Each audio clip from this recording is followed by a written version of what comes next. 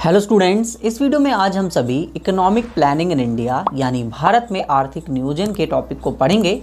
कि सबसे पहले तो हम जानेंगे कि इकोनॉमिक प्लानिंग क्या होता है और भारत के अंदर इकोनॉमिक प्लानिंग, इंडिया में इकोनॉमिक प्लानिंग आर्थिक नियोजन वो है कब स्टार्ट किया गया, क्यों स्टार्ट किया गया, उन सभी को आज हम इस वीडियो में डिटेल में अच्छे तरीके से जो है समझने वाले हैं। तो चलिए दोस्तों स्टार्ट करते हैं इस वीडियो को। तो दोस्तों जब हमारे पास इकोनॉमिक प्लानिंग की हम बात करते हैं, आर्थिक नियोजन की, तो सबसे पहले हमें ये इकोनॉमिक प्लान जो होता है इस वर्ड का मतलब जो है पता होना चाहिए कि इकोनॉमिक प्लानिंग क्या है, आर्थिक नियोजन क्या है। तो आर्थिक नियोजन का सिंपल सा मतलब होता है जब हम अपने देश के जितने भी रिसोर्सेज हैं उन सभी रिसोर्सेज का उपयोग, यूटिलाइजेशन जो है रिसोर्सेज का, वो इस तरीके से करें कि इकोनॉमी की जितने भी इकोनॉमिक एक्टिविटीज़ हैं उनको हम अपने देश में डेवलप करें, विकसित करें, जिससे हमारा देश जो है वो ग्रोथ करे यानी समृद्धि हो और वो विकास और डेवलपमेंट की राह पर जो है हम उसको बूस्ट अप कर सकें, उसको तेज़ी से बढ़ा सकें। ये होता है इकोनॉमिक प्लानिंग। तो आप देख भी सकते हैं व्हाट इज़ इकोनॉमिक प्लानिंग, एक डेफिनेशन मैंने लिखा हुआ है, आप अपनी स्क्रीन पर देखकर पढ़ सकते हैं इसको।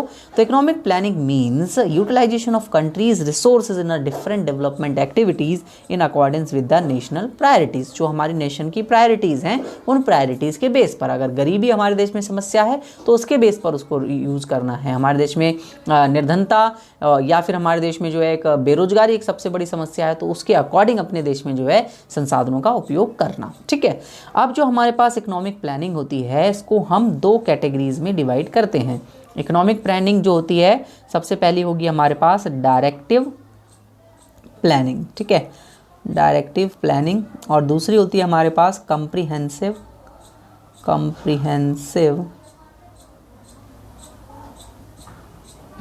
ठीक है प्लानिंग। तो हमारे पास जब हम बात करते हैं डायरेक्टिव प्लानिंग की, तो डायरेक्टिव प्लानिंग का सिंपल सा मतलब होता है जिसे हम हिंदी में निर्देशात्मक नियोजन कहते हैं, नियोजन, और इसे हम व्यापक नियोजन कहते हैं। ठीक है, तो जो डायरेक्टिव प्लानिंग होती है ये माइक्रो लेवल पर किया जाता है। सबसे पहले तो ये आपको समझना है, माइक्रो इकोनॉमिक यानी कि व्यष्टि अर्थशास्त्र के स्तर पर, और दूसरा होता है मैक्रो के लेवल पर किया जाता है यानी कि समष्टि अर्थशास्त्र के स्तर पर। मतलब ऐसा समझ लीजिए कि जो डायरेक्टिव प्लानिंग है यानी कि जो निर्देशात्मक नियोजन है उसको हम छोटे स्तर पर करते हैं, और जबकि कॉम्प्रिहेंसिव प्लानिंग यानी व्यापक नियोजन जो है उसको हम बड़े स्तर पर, लार्ज स्केल पर, पूरी कंट्री के स्तर पर जो है करते हैं। तो ये एक मेन डिफरेंस इसके अंदर होता है जो आपको समझ में आ गया होगा। अब हम जब बात करते हैं डायरेक्टिव की, तो यहाँ पर हम सारी इकोनॉमी को, प्राइवेट सेक्टर या फिर हम कह सकते हैं फ्री इकोनॉमी को छोड़ देते हैं, और इकोनॉमी जो है अपने आप ऑटोमेटिकली चीज़ों को एडजस्ट करती है डिमांड और सप्लाई के बेस पर, यानी मांग और पूर्ति, कितनी चीज़ें खरीदी जा रही हैं इकोनॉमी के अंदर, कितनी चीज़ें अर्थव्यवस्था के अंदर बेची जा रही हैं, उसके हिसाब से ऑटोमेटिकली इकोनॉमी जो है फ्री चलती है। यहाँ पर कोई भी कंट्रोल गवर्नमेंट का नहीं होता। बट जब हम कॉम्प्रिहेंसिव प्लानिंग की बात करते हैं, व्यापक नियोजन की बात करते हैं, तो इसके अंदर इकोनॉमी में जो कंट्रोल्स हैं वो होते हैं गवर्नमेंट के पास, और गवर्नमेंट जो है यहाँ पर अच्छे तरीके से इकोनॉमी को एक प्लान तरीके से जो है चलाती है। तो जहाँ पर हम एक मिक्स्ड इकोनॉमी की बात करते हैं कि मिक्स्ड इकोनॉमी में जहाँ पर प्राइवेट सेक्टर भी है, पब्लिक सेक्टर भी है, दोनों मिलकर डिसीजंस लेते हैं और इकोनॉमी को ग्रो करते हैं। बट जब हम डायरेक्टिव प्लानिंग की बात करते हैं तो वहाँ पर प्राइवेट सेक्टर ज़्यादा एक्टिव होता है। प्राइवेट सेक्टर जो है वो सभी का डिसीजंस लेता है कि किस तरीके से इकोनॉमी को जो है ग्रो करना है। तो आपको समझ में आया होगा कि जो प्लानिंग है इकोनॉमी की, अर्थव्यवस्था की जो नियोजन होता है उसको हमने दो कैटेगरीज में डिवाइड किया हुआ है। अब हम समझेंगे कि इंडिया ने इसमें से किसको जो है अडॉप्ट किया है। तो अब आप एक बात और समझ लीजिए कि जो फर्स्ट प्लानिंग का आइडिया है वो यूनाइटेड स्टेट, सोवियत संघ जो हमारा है पूरा यूनियन है, उसके साथ हमने मिलकर जो है वो लिया, और 1928 में ये जो है आइडिया इंडिया में लिया गया। ठीक है, क्लियर है, यहाँ तक आपको समझ में आया होगा। अब हम बात करते हैं कि भारत में जो नियोजन है उसका आगमन कब हुआ, यानी कि amendment of the planning in India, India में इकोनॉमिक प्लानिंग कब स्टार्ट की गई। देखिए आपको पता होगा कि इंडिया जो है 1947 में आज़ाद हुआ था, ये तो सभी भारतीयों को पता होगा, सभी इंडियंस को। तो 1947 में जब हम आज़ाद हुए उसके बाद हमें अपनी इकोनॉमी को इकोनॉमिकल तौर पे और लॉ और रूल्स एंड रेगुलेशंस ये सभी अपने इकोनॉमी के लिए बनाने थे, अपनी अर्थव्यवस्था अपने देश के लिए बनाने थे। तो हमने कॉन्स्टिट्यूशन बनाया, अपना संविधान बनाया। फिर इसके बाद आ जाती है कि ये तो लॉ एंड ऑर्डर हमने अपनी इकोनॉमी के अंदर बना लिया। फिर नेक्स्ट हमें अपनी इकोनॉमी में इकोनॉमिक डेवलपमेंट करना है। इकोनॉमिक डेवलपमेंट के लिए एक बढ़िया इकोनॉमिक पॉलिसी बनानी है और आर्थिक नीति बनानी है, तो उसके लिए हमने 1950 में जो है प्लानिंग कमीशन को बनाया। ठीक है, प्लानिंग कमीशन को जो है एस्टैब्लिश किया गया। ठीक है, नीति आयोग या नियोजन आयोग। ठीक है, क्लियर है, सिंपल। फिर हमने जो है नियोजन आयोग बनाया और आज के वक्त में ये भी बता देता हूँ मैं, 2015 में इसका नाम जो है अब नीति आयोग रख दिया गया है। ठीक है, आयोग, ठीक है, नीति, यहाँ पर ये नियोजन आयोग था, नियोजन आयोग, और अब इसका नाम नीति आयोग हो चुका है, और हिंदी में भी नीति आयोग और इंग्लिश में भी नीति आयोग कहते हैं। अब हम बात कर लेते हैं कि सबसे पहले प्लानिंग कब आया। तो प्लानिंग जो है, सबसे पहली प्लानिंग हमारे देश में 1 अप्रैल 1951 में लागू की गई, यानी हम 5 ईयर प्लान की बात कर रहे हैं। तो हमारे देश में पहला जो प्लान है, पहला पंचवर्षीय योजना है, पहली 5 ईयर प्लान जो है, इकोनॉमिक प्लान है, आर्थिक नीति है, वो 1951 में 1951 में स्टार्ट की गई, और ये जो प्लान है वो 1956 तक जो है जाता है। तो यहाँ पर ये 5 साल हो गए। फिर नेक्स्ट एक और हमारे पास 5 ईयर प्लान आता है 1956 से 1961 तक, और फिर 1961 से 1966 तक। ये 3 लगातार हमारे पास 5 ईयर प्लान्स थे। ठीक है, बट हमारे देश में इन 3 5 ईयर प्लान के बाद 1966 से 67, 67 से 1967 से 68, 68 से 69, यानी कि इन 3 सालों में तीन कंटिन्यूसली 1 ईयर प्लान बनाए गए।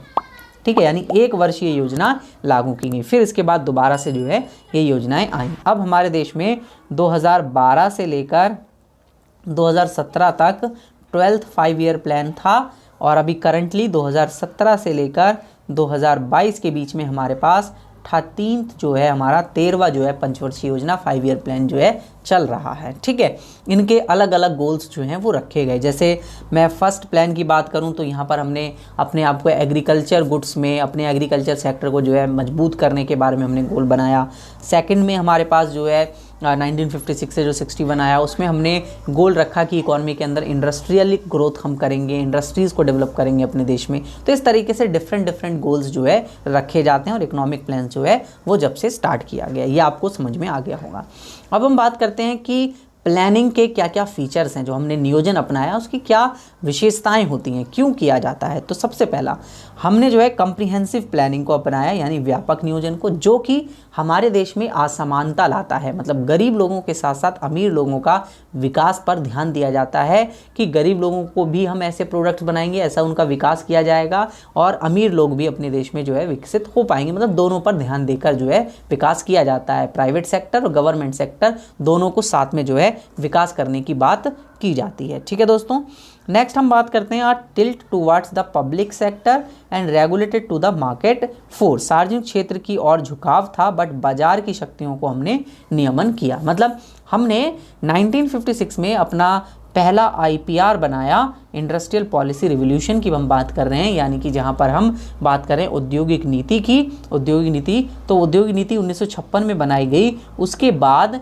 इस नीति में हमने जो है सबसे ज़्यादा जो ध्यान है वो सार्वजनिक क्षेत्र पर दिया, और सार्वजनिक क्षेत्र को एक अहम भूमिका दी गई, और जितने भी हमारे पास प्राइवेट कंपनीज थी, निजी क्षेत्र था, उसको एक नियमन, मतलब एक तरीके से एक हेल्पिंग रोल जो है दे दिया गया, और उनको कंट्रोल करने के लिए इनको साथ दिया गया। ठीक है, तो हमने एक MRTP एक्ट बनाया, मोनोपोली रेगुलेशन एक्ट, जिससे जो ट्रेड एक्ट बनाया गया, ताकि हमारे देश में जो है मोनोपोलीज क्रिएट ना हो पाए किसी भी व्यापार के अंदर। ठीक है, और PDS यानी कि जो हमने पब्लिक डिस्ट्रीब्यूशन सिस्टम को क्रिएट किया, ताकि लोगों तक आसानी से चीज़ें जो हैं वो पहुंच सकें। जैसे आप राशन वगैरह हम लोग देखते हैं, तो वो राशन हमें जो है एक सिस्टम के द्वारा पहुंचाया जाता है, जिसे PDS कहा जाता है, पब्लिक डिस्ट्रीब्यूशन सिस्टम। यानी कि यहाँ पर हम सारी पब्लिक जो हमारी इकॉनमी की है, वहाँ तक किस तरीके से उन्हें जो है राशन या जो भी उनकी बेसिक आवश्यकताएं हैं वो कैसे पहुंचाते हैं, उन सभी के बारे में यहाँ पर बात कही जाती है। ठीक है, नेक्स्ट हम बात करते हैं, थर्ड है फीचर्स डेमोक्रेटिक प्लानिंग, यानी कि लोकतांत्रिक नियोजन किया गया, जिसमें हमने NDC नेशनल डेवलपमेंट काउंसिल की गठित किया गया, एस्टैब्लिश किया गया, और वहाँ पर हमने एक तरीके से इकॉनमी को एक प्लानिंग दी गई, जहाँ पर हम डेमोक्रेटिक मतलब इकॉनमी को लोकतांत्रिक तौर पर जो है बढ़ाया गया, और आर्थिक तौर पर उसको मजबूत करने के लिए प्लानिंग्स की गई। ठीक है, नेक्स्ट है प्रोस्पेक्टिव प्लानिंग, यानी कि कुछ निकट भविष्य और सुदूर भविष्य के नियोजन, मतलब आने वाले भविष्य में, फ्यूचर में क्या करना चाहिए, क्या हो सकता है, उन सभी की प्लानिंग्स जो है वो स्टार्टिंग में ही कर ली गई। आने वाले 5 साल में और आने वाले 40-50 सालों में क्या होने वाला है, उन सभी की प्लानिंग जो है वो स्टार्टिंग में ही कर ली गई। इनके बारे में मैं आपको और डिटेल में आने वाली वीडियोस में बताऊंगा कि किस तरीके से हमारी देश की जो स्ट्रैटेजी है वो 2 पार्ट्स में डिवाइड होती है, उन सभी के बारे में बताऊंगा। अभी तो हम केवल प्लानिंग के बारे में डिस्कस कर रहे हैं, ठीक है। नेक्स्ट हम बात करते हैं सेंट्रल प्लानिंग अथॉरिटी। केंद्रीय नियोजन अधिकारियों को डिसाइड किया गया जो सेंट्रल लेवल पर प्लानिंग को एग्जीक्यूट करने में हेल्प करेंगे सभी स्टेट्स में, यानी कि पूरी कंट्री में किस तरीके से हमें जो है प्लानिंग को अप्लाई करना है, एग्जीक्यूट करना है, उन सभी के लिए हमने सेंट्रल प्लानिंग अथॉरिटीज़ अधिकारियों की नियुक्ति करी। 6th पॉइंट है हमारे पास economic and social sphere of planning, यानी कि हमने आर्थिक और सामाजिक क्षेत्र दोनों पर नियोजन के लिए ध्यान दिया, जिससे हमारे देश का आर्थिक क्षेत्र और हमारे देश का जो सामाजिक क्षेत्र है सोशली और इकोनॉमिकली दोनों तरीके से हम जो है स्ट्रांग हो सकें, उनके लिए हमने जो है प्लानिंग को स्टार्ट किया अपने देश में। 7th पॉइंट है डिसेंट्रलाइज्ड डिसीजन मेकिंग, विकेंद्रीयकरण निर्माण हमने बनाया निर्णय के लिए, जहां पर हम बात करते हैं कि एक पावर हमने नहीं रखी कि उसी के पास एक पावर अथॉरिटी है, पावर अथॉरिटी को डिस्ट्रीब्यूट भी किया गया, डिसेंट्रलाइज्ड किया गया, ताकि डिसीजन मेकिंग जो है वो काफ़ी ईजी बन जाए, ठीक है। नेक्स्ट है planning bye inducement and direction, प्रोत्साहन और निर्देशन के लिए, मतलब हमने कुछ चीज़ों को डायरेक्टिव करने के लिए, जैसे पब्लिक सेक्टर है, पब्लिक सेक्टर को हमने डायरेक्टिव किया, रेगुलेट किया कि किस तरीके से आपको चलना है, और कुछ लोगों को हमने प्रोत्साहित किया, जैसे हमने अपने देश में इंडस्ट्रीज़ को काफ़ी बढ़ावा दिया कि नई नई इंडस्ट्रीज़ हमारे देश में आई, नई नई टेक्नोलॉजीज़ हमारे देश में आते जाएँ, जिससे हमारे देश की जो है प्लानिंग और बेटर होती गई और हमारे देश में इकोनॉमिक ग्रोथ, प्रोडक्शन, प्रोडक्टिविटी, ये सभी चीज़ें बढ़ सकें, ताकि हम अगर ज़्यादा से ज़्यादा इन्वेस्टमेंट अपने देश में लेकर आएंगे तो ज़्यादा से ज़्यादा हम लोग प्रोडक्टिविटी को इंक्रीज़ कर पाएंगे। फाइनेंशियल प्लानिंग, यानी कि भाई इन सभी के लिए जो भी हमें पैसा का खर्च करना है या जो भी चीज़ें अपने देश में बनानी है, उन सब के लिए पैसा कहाँ से आएगा, उन सभी के लिए फाइनेंशियल प्लानिंग की गई, वित्तीय व्यवस्था की गई कि कहाँ कहाँ से हमारे देश में पैसे को इकट्ठा किया जा सकता है और कहाँ से पैसा हमारे देश के अंदर आ सकता है। तो ये कुछ फीचर्स थे हमारे देश में जो हमने प्लानिंग के लिए अपनाए। नेक्स्ट वीडियो में मैं आपको ऑब्जेक्टिव्स बताऊंगा कि हम क्यों प्लानिंग को अडॉप्ट करते हैं, क्या रीज़न होता है प्लानिंग को अपनाने का, इंडिया के अंदर क्यों किया गया, ये सब उस सभी को हम नेक्स्ट वीडियो में डिस्कस करेंगे। अगर आपको ये वीडियो अच्छी लगी हो और आपको इसी तरीके से फुल कोर्सेज को ज्वाइन करना हो तो आप जो है वो टॉप क्लासेज ऐप को डाउनलोड कर सकते हैं, लिंक डिस्क्रिप्शन में दिया हुआ है। आप मुझे इस नंबर पर कांटेक्ट कर लीजिए अगर आपको कोई इन्फॉर्मेशन चाहिए हो कोर्स के रिगार्डिंग, कोर्स कैसे मिलते हैं, क्या होता है कोर्सेज में, सारी डिटेल, सारी इन्फॉर्मेशन मैं आपको जो है प्रोवाइड कर दूंगा। अगर आपको कोई क्वेरी है तो ज़रूर कांटेक्ट कीजिएगा। अगर आपको ये वीडियो अच्छी लगी हो तो अपने सभी दोस्तों के साथ इस वीडियो को शेयर ज़रूर करिएगा और अभी कमेंट करके बताइए आपको नेक्स्ट टॉपिक किस टॉपिक पर वीडियो चाहिए। और अगर आपको मेरी वीडियोज़ अच्छी लगती हो तो वीडियो को लाइक ज़रूर करें और मेरे चैनल को सब्सक्राइब ज़रूर कर लीजिए, क्योंकि इसी तरीके की वीडियोज़ मैं आप सभी के लिए बनाता रहता हूँ। वीडियो देखने के लिए धन्यवाद। अगले वीडियो में मिलते हैं।